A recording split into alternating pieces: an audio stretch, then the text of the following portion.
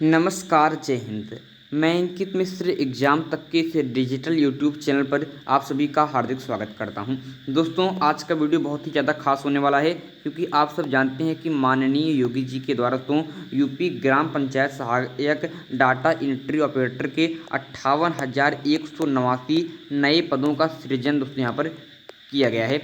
और बहुत सारे युवा लोग जो गाँव में रहते हैं यहाँ पर अपनी सीट यहाँ पर पक्की करना चाहते हैं, अपनी नौकरी यहाँ पर प्राप्त करना चाहते हैं, तो उनके संबंध में बहुत सारे के कुछ सवाल बहुत ही महत्वपूर्ण हैं। उस पर आज हम बात करने वाले हैं। कुछ लोग पूछ रहे थे सर कि यहाँ तो ग्राम प्रधान के अंतर्गत रहेगा तो वही पूरी नौकरी पर कब्जा कर लेंगे, हमारा तो नंबर ही नहीं लगेगा। तो उस पर भी बात करेंगे, सरकार ने उसके बारे में क्या सोचा है। और सबसे बड़ी बात कि ये डाटा एंट्री ऑपरेटर वालों का काम क्या होगा, मेन रूप से इनका क्या क्या कार्य है, ये अभी तक किसी भी यूट्यूब चैनल पर आपको नहीं बताया जा रहा है, लेकिन बहुत ही डिटेल में मैं बताने वाला हूँ कि यूपी ग्राम पंचायत सहायक जो 58,189 पद हैं, इनमें आपका काम क्या होगा, ये मैं आपको बताने वाला हूं। तो वीडियो को पूरा अंत तक देखिएगा और यूपी ग्राम पंचायत सहायक की जानकारी के लिए इस चैनल को सब्सक्राइब करके बेल आइकन को अवश्य ही प्रेस कर लीजिएगा।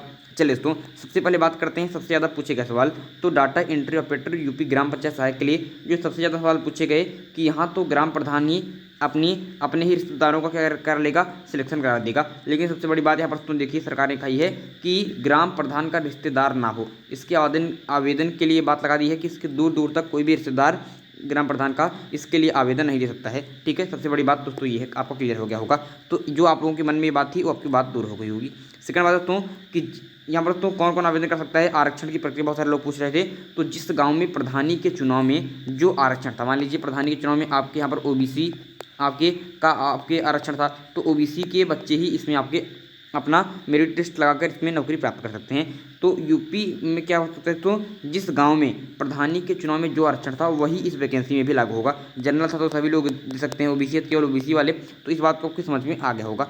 थर्ड बात है दोस्तों कि इसका मानदेय कितना होगा, सैलरी कितनी होगी, तो 6,000 रुपये दोस्तों महीना इसकी सैलरी होने वाली है। इसमें अतिरिक्त भी पैसा मिलेगा। मान लीजिए अगर किसी भी चुनाव वगैरह में आपकी ड्यूटी लगाई जाती है, पोलियो वगैरह में, तो उसमें जितना दिन आप काम करते हैं उसकी इस आपके महीने का जो पैसा है इसके अतिरिक्त वो पैसा भी जुड़ेगा। ठीक है, बात समझ में आगे होगी। और शुरू में दोस्तों 12 महीनों के लिए ये नियुक्ति कराएंगे। कितने, शुरू में 12 महीनों के लिए नियुक्ति होगी। इसके बाद आपका कैरेक्टर वगैरह देखकर इसके समय को बढ़ाया भी जा सकता है। तो शुरू में 12 महीने के लिए ये नियुक्ति होगी क्योंकि आप लोग जानते हैं ये अस्थायी पद है। ठीक है, तो 6,000 का आपके मानदेय जो ठीक ठाक आपके है। अगर आप पढ़ भी रहे हैं तो आप इस नौकरी को कर भी आप कॉम्पिटेटिव एग्जाम की तैयारी कर सकते हैं। अच्छा, आयु पूछेंगे तो 18 से 40 वर्ष तक दोस्तों यहाँ पर आपकी आयु निश्चित की गई है, जिसमें ओबीसी, एससी और एसटी महिलाओं को या फिर पुरुषों को दोनों को 5 वर्ष की छूट भी दी जाएगी। ठीक है, बात समझ में आ गई कि उम्र बहुत है, 18 से 45 वर्ष बहुत ज़्यादा उम्र हो जाती है। ठीक है, इसमें दोस्तों आपके शहर का कोई भी लड़का, अन्य राज्य का और अन्य आपके नगर पंचायत का बच्चा इसमें आपके इसमें आवेदन नहीं दे पाएगा। ये भी बहुत सारे बच्चे पूछ रहे हैं, तो इसका भी डाटा आपको क्लियर होगा। केवल और केवल दोस्तों गांव के लिए 58,189 पद सृजन किए गए हैं। एक गांव में एक अधिकारी होगा आपके यूपी ग्राम पंचायत सहायक नाम का, डाटा एंट्री ऑपरेटर नाम का। और इसके लिए इसको सचिवालय भी बनाए जा रहे हैं, जिसमें सरकार ने 1.75 लाख रुपये का आपके हर गांव के लिए उसने यहाँ पर उसने क्या कर दिया है, भेज दिया है।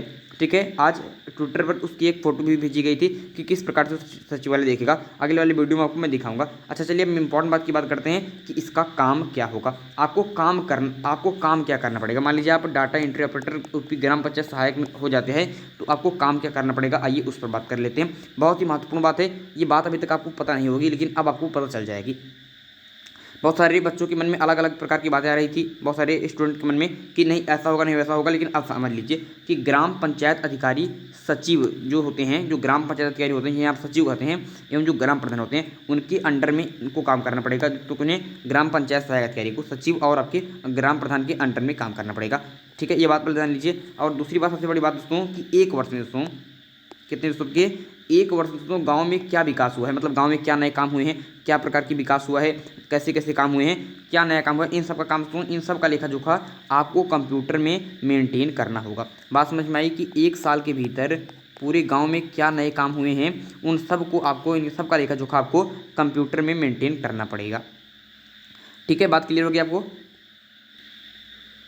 और ना सिर्फ दोस्तों कंप्यूटर में आपको इन कामों को 1 साल में जितना वो मेंटेन करना पड़ेगा, बल्कि आपके ब्लॉक की साइट पर आपको अपलोड भी करना पड़ेगा। तो ये बहुत ही महत्वपूर्ण काम है कि पूरे गांव में जितने भी काम हो रहे हैं उसको आपको मेंटेन करने का काम आपका ही है। ठीक है, तो अच्छा काम है ये बहुत ज़्यादा।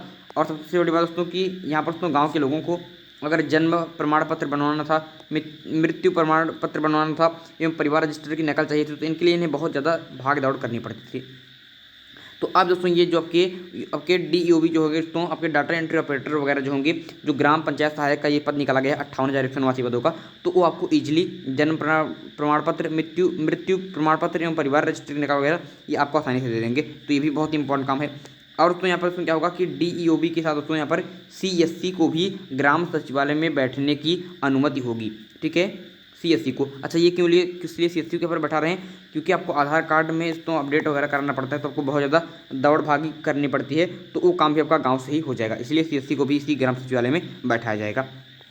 ठीक है, और तो BC साखी एवं DEOB ग्राम सचिवालय में बैठेंगे दोस्तों। इसमें BC साखी को क्यों बैठाया जाए? क्योंकि इनका भी महत्वपूर्ण काम होगा। ये बैंकिंग से संबंधित कार्य करेंगे, जैसे आपको कैसे खाता खुलवाना है, पैसा कैसे निकालना है, चेक बुक है तो आपको आवेदन देना है, कैसे ये सब काम करना है, ये सब BC साखी आपको बताएगा।